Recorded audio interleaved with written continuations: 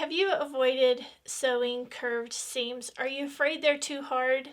Well, I have avoided them for over 30 years of quilting, and just recently I've learned how to do them, and I just want you to know that they are super, super easy. So don't be afraid anymore. So I'm going to show you how easy you can do it. The quilt behind me is called Polka Box.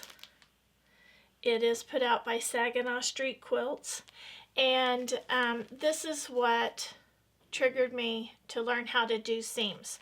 Recently, I went on a trip with my two sisters, and we went to a quilt shop, and one of my sisters fell in love with this pattern.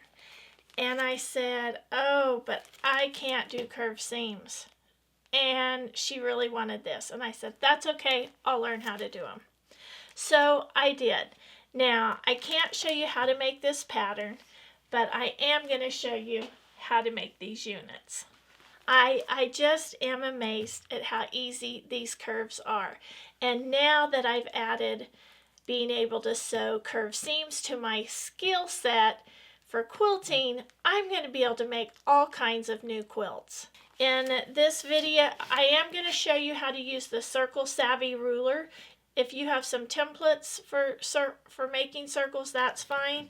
But this was a game changer for me. It cuts beautiful circles, and there's lots of different options with this ruler. Now, I just want to say that Creative Grids isn't paying me to show you how to use this. I just want to show you how to use it because I can do curved seams now, and I'm excited and want to share it with you so you can learn to make curved seams. Okay, so these are the quarter circle units I'm going to show you how to make. And the whole point is just to show you how to sew these curved seams. It's just so much easier than I ever imagined. I just can't believe that after all these years I'm now able to do this, and it was so very easy. So let's get started. I'm going to show you two different ways, okay? Now, I'm going to be using the Circle Savvy ruler. Now, this ruler is fantastic. This is a Creative Grids ruler. It has that non-slip stuff on it. This will make circles anywhere from 3 to 15.5 inches, and you can do any half-inch increments between 3 and 15.5. Now you can do an exact size circle for applique like this. You could do a half circle, but we're going to do the quarter circle right there. Okay, and like I said, you don't have to have this ruler. You can just use a template, but I'm going to show you how easy it is to use this ruler. Okay, so the first thing you have to decide is how big you want the radius of your circle. The radius is the point from the middle out to the edge. And I wanted mine to be 6 inches. So that meant I cut this a 7-inch square, and then for the crust, I call this the pie, this the crust. Some people call it different, but some call it that. For the crust, I cut an 8.5-inch square. Now the square here, I think, needs to be at least 1.5 inches bigger than the smaller square. Okay, but to figure out what slot you use, you take the finished radius that you want, which I wanted a 6-inch radius. I take that times 2 and add a 1/2 inch. That means I'm going to use the 12.5-inch slot on the pie piece. Pie piece is the smaller square. For the crust, I've cut an 8.5-inch square, and I'm going to use the 11.5-inch slot, which is 1 unit smaller than that. Or you can take the pie radius times 2 and subtract a 1/2 inch. Okay, so let's cut the pie piece first. And you do want to cut these with the right side facing up. And all you do is you put the edges of your ruler on the 1/4 of an inch seam allowance line.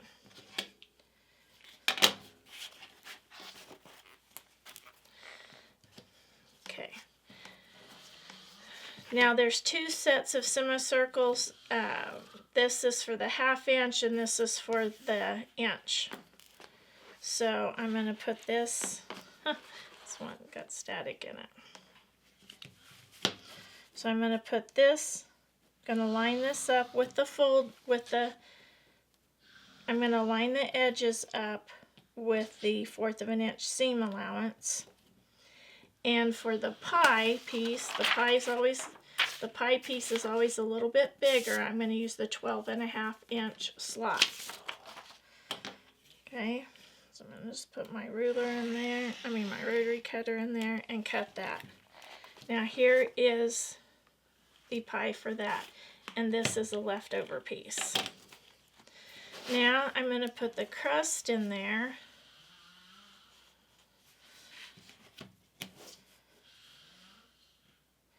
Now this one I want to cut at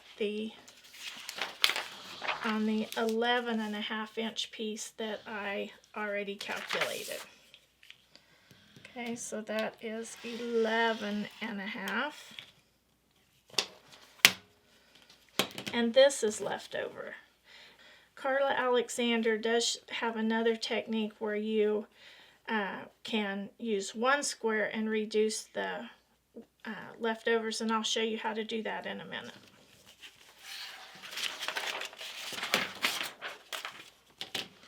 Okay, so you're just going to take these pieces now and you're just going to press them in half just like that. Okay, take your pie piece and you're going to press that in half just like that. This is so very easy. So you line those up, and I just put a pin in them. Okay. Then over here on this side, I'm going to line these edges up, but I'm going to use my little precision glue, and I'm just going to put a tiny bit here on the edge. It just helps keep those edges lined up. Now you don't have to do this step. This just helps me. I just wanted to show that as a little tip, because sometimes that wants to come out of alignment. Okay. Now some people do lots of pinning, and I have done lots of pinning, but this method right here I've discovered works best for me. Okay.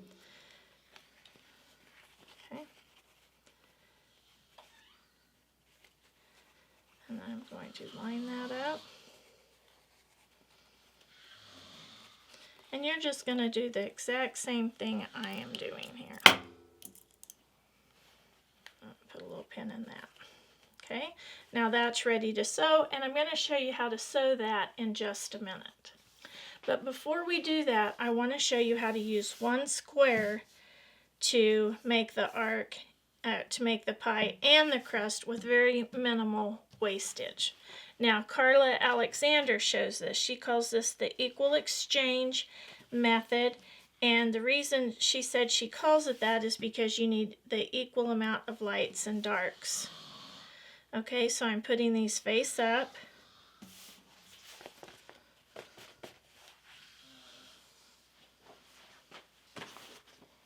This is a 7-inch block,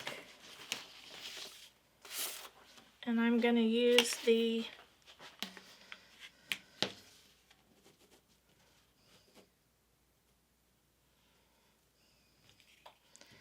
(11-inch) arc. Now you could make this block any size you wanted.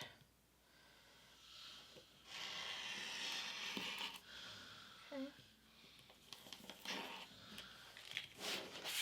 All right. So here's the arc that you want, but this has to be resized, because remember, this always has to be a little bit bigger. So this was a 7-inch So this was a 7-inch square, and I'm going to trim that down to by 1/2 inch.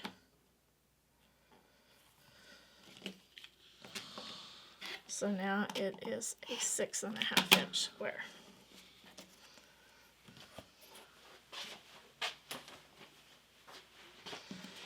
I'm just going to turn that back around, lining those edges up really good.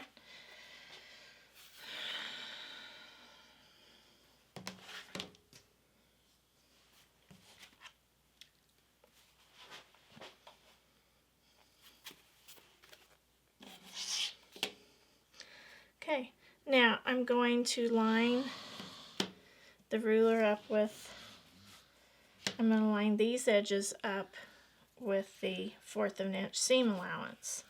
Now I cut the other at 11, so this has to be cut at 10. And so I'm just going to trim this up just a little tiny bit. Okay.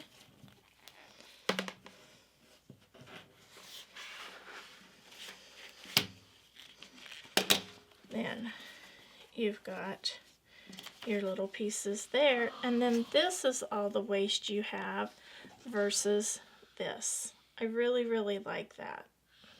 And you can see it makes a really nice little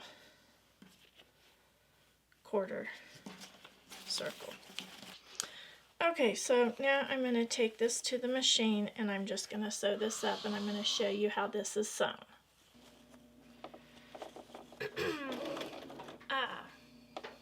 Okay, so I'm just going to start sewing here. Get this lined up a little bit. Now you do have to be careful not to stretch it. I am using my 1/4 inch seam foot that has a guide here, and I'm just going to get started. Then I'm going to give it a little back tack, and then I'm just going to start matching this up. And I go slow. I have pinned it all before, but that didn't work out very well for me. Well, it worked out okay, but this was just a lot easier. And you're just slowly going to work this through your machine. And every so often, I just reposition the fabric. Now, some people do a good job using a stiletto. That doesn't work so well for me. Try to be very careful not to stretch the fabric. You can see it's just going right through there.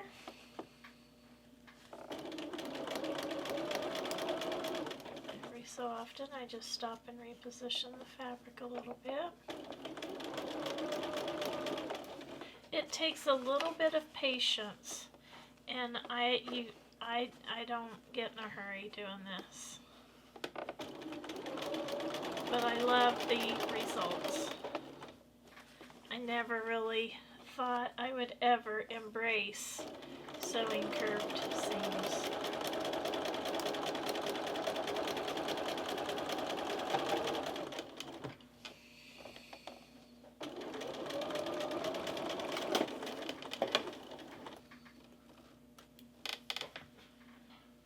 Okay, now let me show you how this has turned out. As you can see, it looks like there's a pleat there, but there's not. That will press out. And you can press it down or you can press it up, whichever way. It just turns out great. Okay, now I'm going to take it to the ironing board and press this out. Okay, so I'm just going to press this out now. Now it looks like there's a pucker, but there won't be when I press it out. And you can press it up or you can press it down. Now I like to take mine and give it a little spritz with the misting bottle, and the only reason I do that is because I've already starched these and it's been pre-shrunk. And I'm just going to pull it down just a little bit. Then I'm going to turn it over, and I'm just going to make sure I get everything pressed really, really flat. Now, you have to be careful not to distort it because this is all on the bias. Be sure you're pressing and not ironing.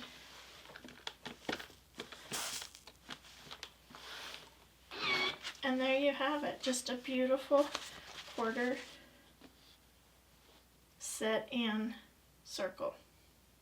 I hope you've enjoyed this video, and I hope it will help reduce your fears on sewing curved seams, because they are not hard at all. Tell me in the comments below if you sew curved seams or if you've been afraid. And if you've been afraid, I do hope you'll give this a try. And until next time, have fun quilting.